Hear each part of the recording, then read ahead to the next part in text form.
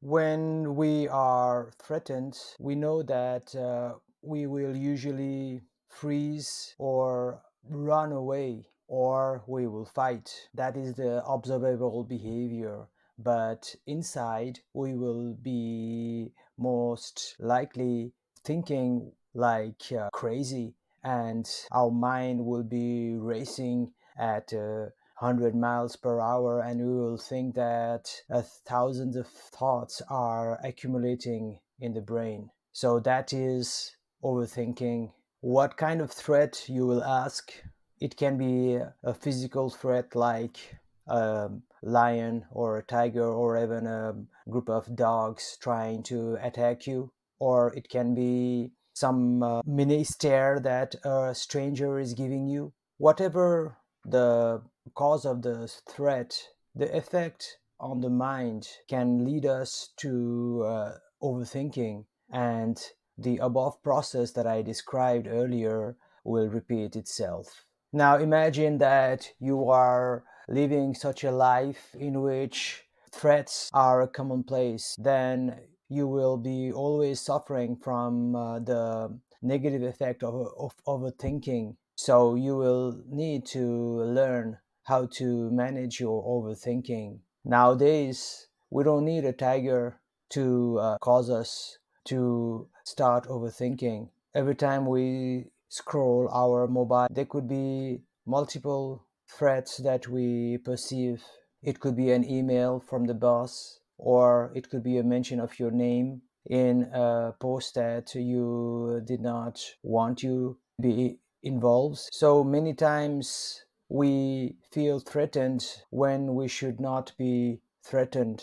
When there is a real threat, it is good to think strongly, fastly, and intensely. But when we are not in a real threat, then this would cause a waste of our energy. So the bottom line here is we should learn to manage our thinking and think just enough to save us from the threat which are real, and help our mind differentiate between the real threat and the another situation. When we tend to overthink for no reason is when we are alone. At that time, there will be no stimulus from the external world to occupy our senses and keep our mind focused on something that the senses perceive. So our mind will be triggered by its own thoughts, and it will send us into some kind of wild goose chase. Now, if the thought were triggered by something that the five senses perceived, there could be some level of control, because, for example, if it was a car that just almost hit you, then it sent you into a frenzy of overthinking. You could link that overthinking to that car and therefrom manage your thinking. But if that thought came from a thought within a thought, then that's very complicated to control, because you don't know from where that thought originated. And as a result, the overthinking just goes on without any control, without any leash. And it happens so many times. Most people are not trained into managing these kind of thoughts, and as a result, they succumb to overthinking, which is so dangerous to health, as we will discuss below. Now, when I talk about a thought within a thought, what I mean is, for example, in your mind, there could be a small thought like, I'm not good enough. And then you could be linking that thought to a childhood memory when one of your teachers scolded you for asking a question and telling you that you're not good enough. Now, that will lead into a whole series of new thoughts, like the next time when your friends didn't want to hang out with you because you don't know for what reason, and then you conclude that it was because you were not good enough. And in the same line, you remember that girl or that boy who didn't hang out with you because of the same reason. Fast forward to today, and a client rejected your proposal, and you think it is the same reason. This would go on in a loop of thought cycles that we discussed earlier. However, you would not know from which point did this actual thought start. It was a thought within a thought. Like you just learned earlier that a small trigger caused you to remember a childhood memory in which a teacher told you that you were not good enough. That trigger could have been a smell, a small color that matched your childhood. Alternatively, it could have been a text that you were reading, or it could have been a part of a movie that you were watching, or a reel that you were consuming on the social media. In this way, when you are alone, such thoughts, chains are triggered. It is very hard to master the art of being alone for many people, simply because they cannot master the art of overthinking. For many people, staying alone is equivalent to being in a prison of your own mind, imprisoned with the demonic power of overthinking, a monster that cannot be controlled in any ways. Another situation when we tend to overthink is when we have no work and we have no goal, or we have nothing to do, nothing to stand up for, nothing valuable to be part of. They say the empty mind is a devil's workshop. You don't have to be alone for this to occur, and it can occur in a group as long as you don't have anything to do. So when you have nothing in your mind, then what happens is thoughts just start to create themselves, because the mind cannot stay on its own doing nothing for long. It has to do something. So this consumption of the mind is non-stop. You will keep absorbing things, creating things, because that's the nature of the mind. And if you do not give it food, then it will consume yourself.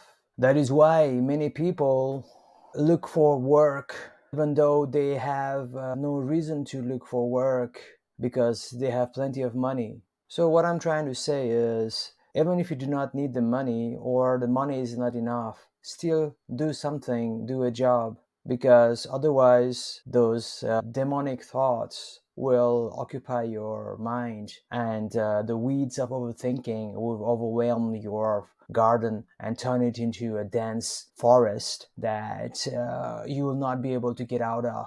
Now we want to talk about, is there a particular type of people or characteristics that people usually tend to that leads to overthinking? Overthinking is not something that happens to everybody, and frankly, there are many people who could do with something before they act, like the teenager or some criminal minded person who just acts on impulses. But many people tend to overthink, and then even maybe the teenager or the criminal who were overthinking, but they were overwhelmed by a particular thought and could not be a process the other thoughts that will help them make the right decision. Nonetheless, now let us explore the type of people who are most prone to be overthinking. People with thin skin will be overthinking more than people with thick skin. Some people can just brush off anything that happens in their life, any threat, or they can stay alone without being bothered at all by anything inside or outside of them. But many people are very sensitive to anything that happens outside and inside of them. It is these people that will be suffering from overthinking the most. They will be affected by anything, major or minor, real or fake. Then there are the people who have big dreams, and they will always have lots of thoughts, because again, they are so ambitious. They will be concocting many plans throughout the day, and many of them will be useful and many of them will not be so useful. They will be living in their heads because so many things is happening inside that head of theirs. It seems that there is no age bar for overthinking, and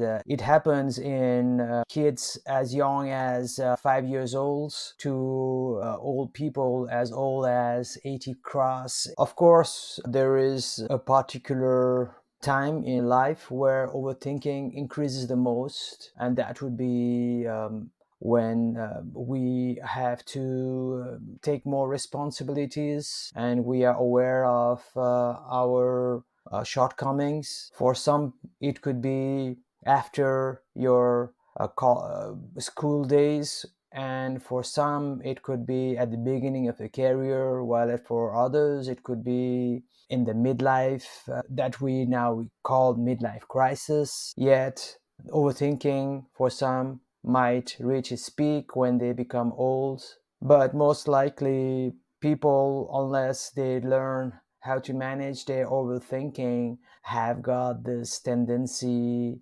to let the mind of theirs have the best of them throughout their lives.